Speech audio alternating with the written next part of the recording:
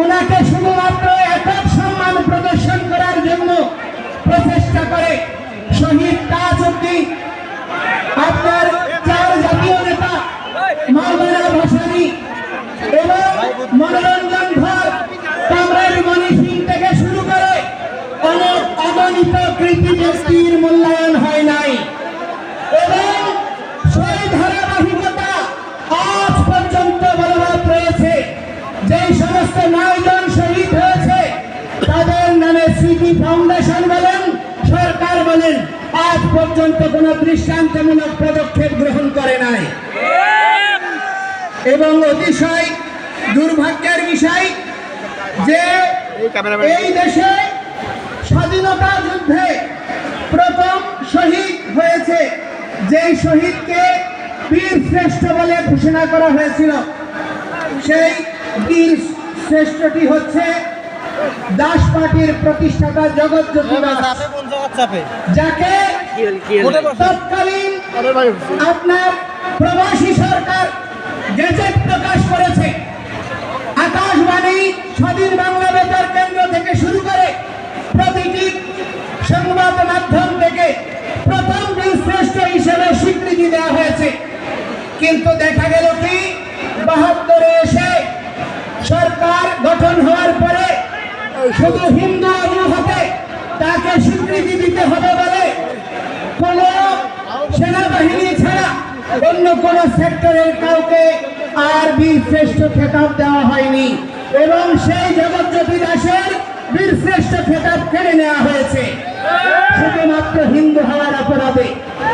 আজকে বাংলাদেশে যে নির্যাতন নিপীড়ন হচ্ছে 5ই আগস্টের পরে এবং বিগত 53 বছর ধরে প্রতিটি সরকার যখন বিশ্ব মিডিয়া বিশ্ব বিবেক চিৎকার করে বাংলাদেশের মানুষ সোচ্চার হয়, বাংলাদেশের সংখ্যাগরিষ্ঠ জনগোষ্ঠী অসাম্প্রদায়িক, এই অসাম্প্রদায়িক জনগোষ্ঠীর মাঝে বিভিন্ন গণতান্ত্রিক রাজনৈতিক দলগুলির মাঝে ঘাপটি মেরে থাকা যেই সমস্ত উগ্রবাদীরা লুকিয়ে আছে তাদেরকে চিহ্নিত করার সুযোগ থাকার পরেও তাদের দ্বারা নিপীড়ন নির্যাতন অবর্ণনীয়ভাবে হওয়ার পরেও দৃশ্যমান কোনো পদক্ষেপ কোন সরকারই গ্রহণ করেনি।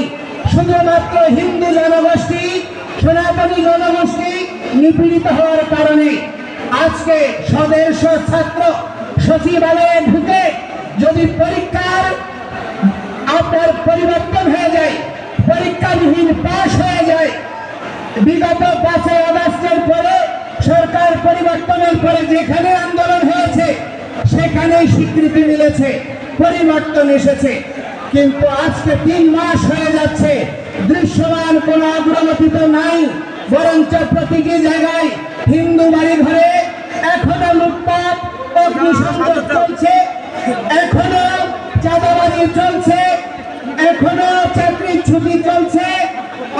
রংপুরে গত 1 সপ্তাহের মধ্যেও চাকরির ছুটি হয়েছে প্রশাসনের উপস্থিতিতেই। এই অবস্থা অপরিবর্তিতভাবে চলতে আছে। তার কারণটা কি?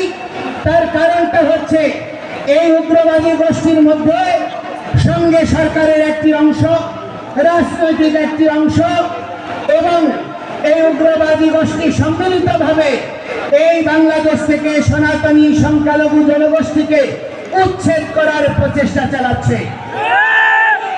আমরা এই ভূমির ভূমিপুত্র, কোন অবস্থায় এই স্থান থেকে আমাদেরকে ছুড়ে ফেলা যাবে না। আমরা মুঘল নই, আমরা ওলন্দাজ নই, আমরা ফরাসি নই, আমরা ব্রিটিশ নই, আমরা উড়ে আসিনি। আমরা এই বঙ্গ, যিনি প্রহ্লাদ মহারাজের পৌত্র, যিনি বলি মহারাজের পুত্র, সেই বঙ্গ মহারাজ বঙ্গের নামানুসারে যেই বঙ্গভূমি, আমরা তার উত্তরাধিকার। আমাদের রয়েছে, আমাদের অধিকারকে অস্বীকার করার কোন প্রচেষ্টা সনাতনীরা আর মেনে নেবে না। বহু নিপীড়ন হয়েছে, বহু নির্যাতন হয়েছে, সনাতনীদেরকে বিভক্ত করে রেখে হয়েছে। নয় বিএনপি, নয় জাতীয় পার্টি, বিভিন্ন দলীয় তকমায় বিভক্ত করে রাখা হয়েছে। আজকে সেই সময় সমস্ত দালালদেরকে আমরা সাবধান করে দিতে চাই। ঐক্যের সুবাতাস বয়ে বেড়াচ্ছে। এখানে কেউ বিভক্ত করতে চাইলে সে যেই হোক তাকে আমরা ছিঁড়ে ফেলবো।